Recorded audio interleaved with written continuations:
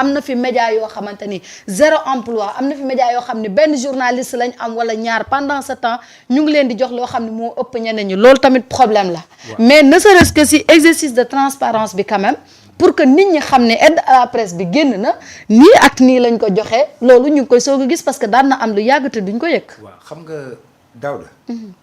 Daouda li ñu wax nii c'est dans le cadre général. général waaye. Et dafa am fu bari foo xam ne mu fa d'accord ak moom. Parce que code de la presse. amul benn organe boo xam ni. commencé ko ci soleil.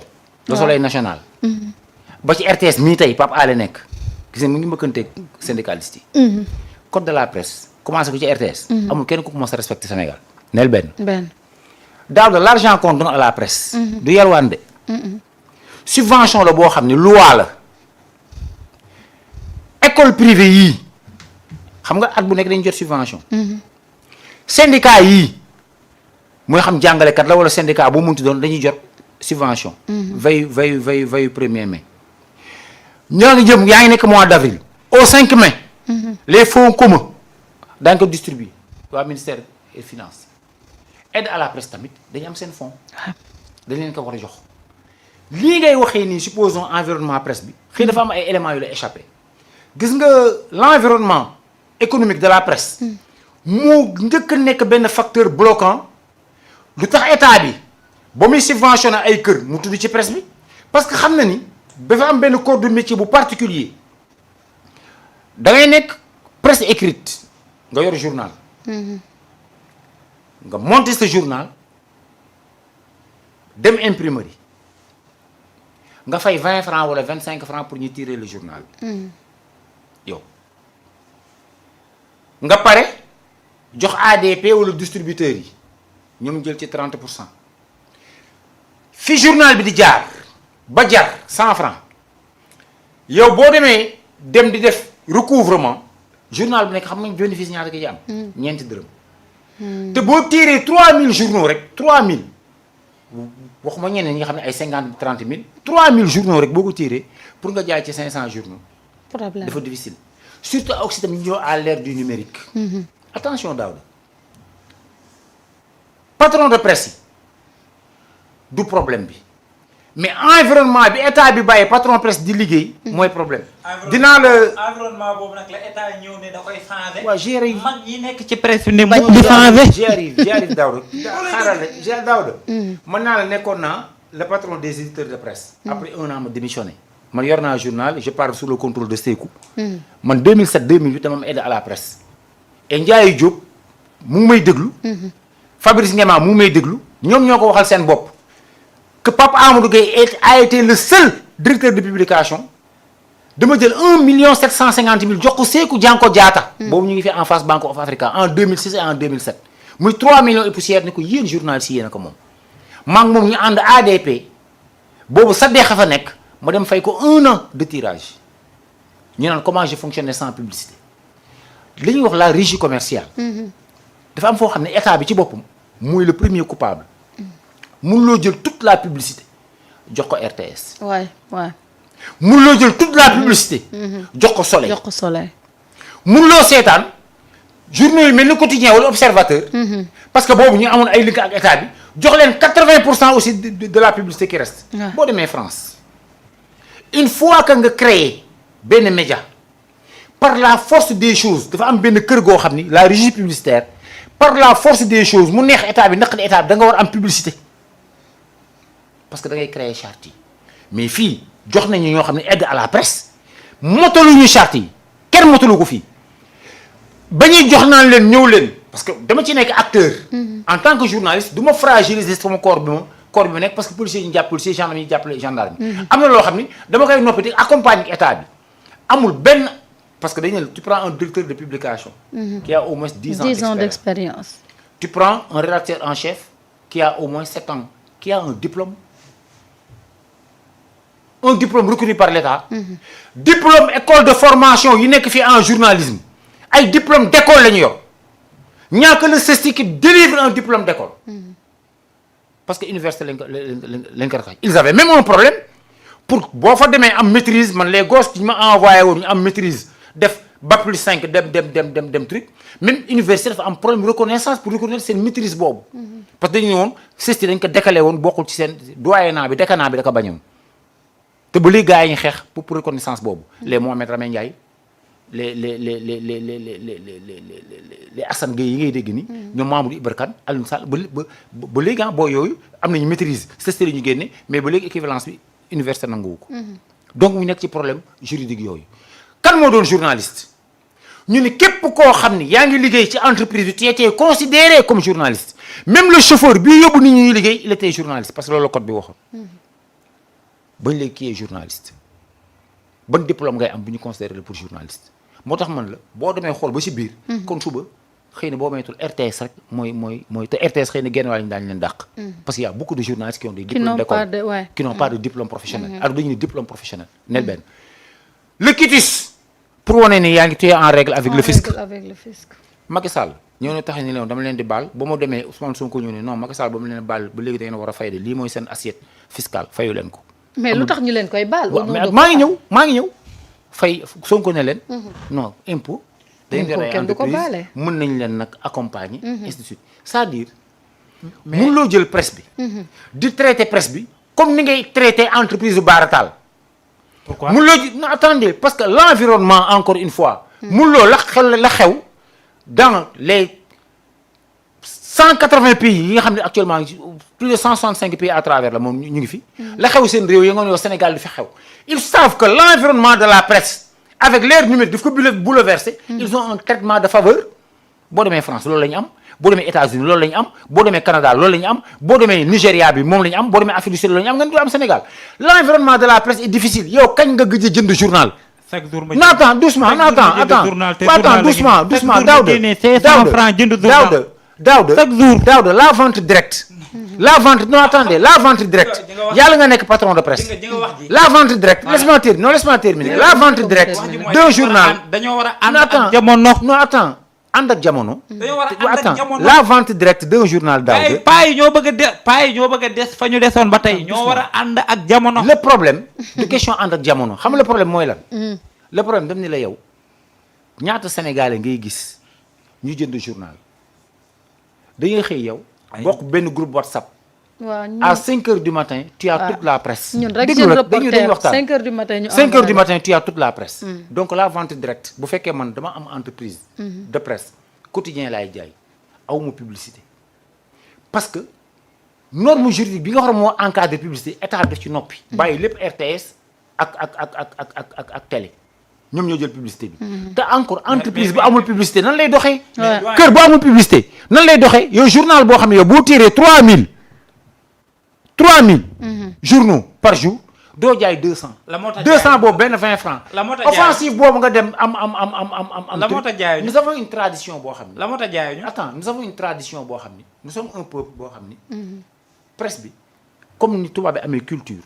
dem abonné da ngay sëy li dem ay abonné gars yi sax am ay entreprises signé ay convention beaucoup d'entreprises de presse tey ñu ngi taxaw mën a fay courant bi parce que dañu am ay convention ak yenn société convention yooyu ak yenn entreprise ñoo leen ci jàppale plus parce que l'environnement médiatique c'est extrêmement difficile comme un peu partout léegi fii nga bëgg a teg nii fi li muy wax nii bu ko bëggee teg nii maanaam suba kon këru taskat xabaar yëpp tëj maintenant il ne s'agit pas je termine Daouda il ne s'agit pas de faire le procès des patrons de presse parce que les patrons de presse li ngay wax nii wax naa ko 20 ans ci ginnaaw aide à la presse bi day ñëw ñu jënd ci oto takk ci ñaareel voyager bàyyi kër ga non moi je l'ai dit je vais t'envoyer les audios yi ma defoon li ngay wax nii défendre naa ko 20 ans ci ginnaaw que de presse bi du tey ñu ngi ci yàgg xeex di ci wàgg wax injustice li ñu war a wax mooy état bi ci boppam du toog fële naan indi leen këyit tey état bi waroon na ñëw taxaw ñu jékki émission bi rek benn corps da ñëw tax pour xool comment Sunugal 24 fonctionne demain comment le quotidien fonctionne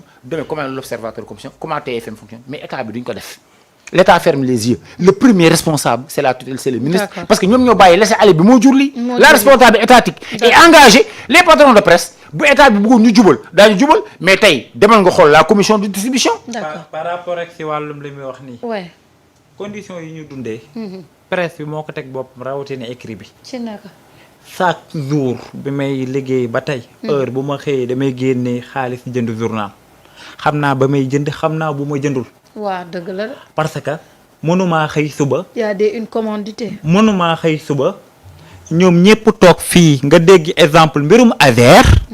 Jean Michel Sène wax ci presse bi yëpp xëyandoo si Seydou Kane amu ca kenn ku ci def ci effort def enquête xam luy dëgg ak lu dul dëgg.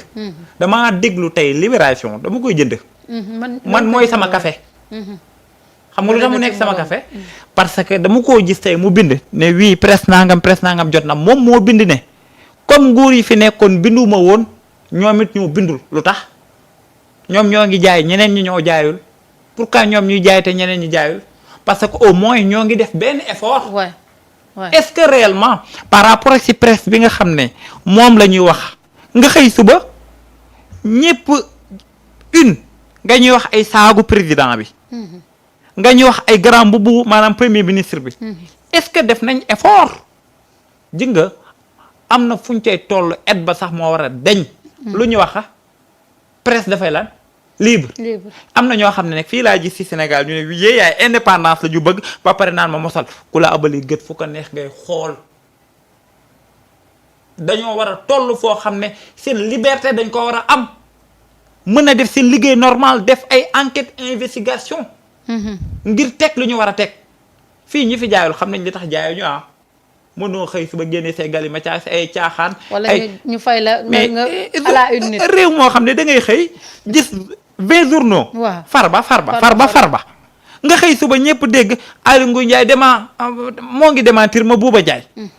maanaam ma Bouba nga xëy suba ñëpp scandale Azer nga xëy suba ñu ne wii Sénégal notam dañ ko dégradé. ñoom ñëpp xëy na maanaam notu Sénégal ce sont des politiciens. man damaa ñàkk fayda dem di fekk ji ay journal yoo xam ne ma xam ne ay politiciens déguisés ñoo ko yor ma koy dem jënd ji. bu ñu changé nañuy doxee Sénégalais yi dem jënd ji ñu ànd ak jamono am na site yoo xam ne saa su ne dama fay dugg damay fay xaalis pour mën koo lire mais ñu bëgg a dellu si jamono yi goo xam ne jamono yi maanaam 19e siècle la mënul ne adduna buy dox dañuy ànd ak ñoom dox. mais boo leen proposé nit yi seetaat la moo tax tey site internet yi fi ne. mën a fay seeni employé te ñeneen ñi mënuñoo fay. dañoo ànd ak jamono. ñaata télé fi ne ñiy seetaan ñiy seetaanuñu ñi. boo leen nekkee si tappale fukki personnel yi ni seetaan. mais boo leen nekkee si dëgg informé juste et vrai les sénégalais dañ leen di seetaan mën ngeen am revenu. pour fay seeni mbir. mais bu nekkee ne da ngeen bàyyi liggéey bi fii. leen ngeen fi nekkee mooy ñenn ñi mission nekk ñoo xam ne ay politiciens déguisés informé juste et vrai amatul joxatuñu sénégalais xibaar bi wóor luñ lay wax diw waaye suba une bi noo ko bëggee. loolu la ñuy def ñu ci bëri. bëri na ci ñun sénégalais ñun ñàkk nañ fayda ci yëy fajar teel ak ni mu toll dem 100 francs ñu dem jënd ji xam ne patron de presse bi c'est un politicien ñu dem jënd li nga xam ne mooy di unam àdduna buy jox ñooy ànd ak moom dox aide de la presse sax la ñu war a dindi presse du fi intouchable ay kër ni mu fi amee yeneen i kër noonu bu nekkee loolu mu yomba bu nekkee loolu man fee maa ngi teg sama société fee ne privé bu daanoo ma dem ne état jàppale ma ñaara mën a am ku tijji nga mën a doxal ku doxalul nga tëj dafa yomb de. d'accord dafa yomb de.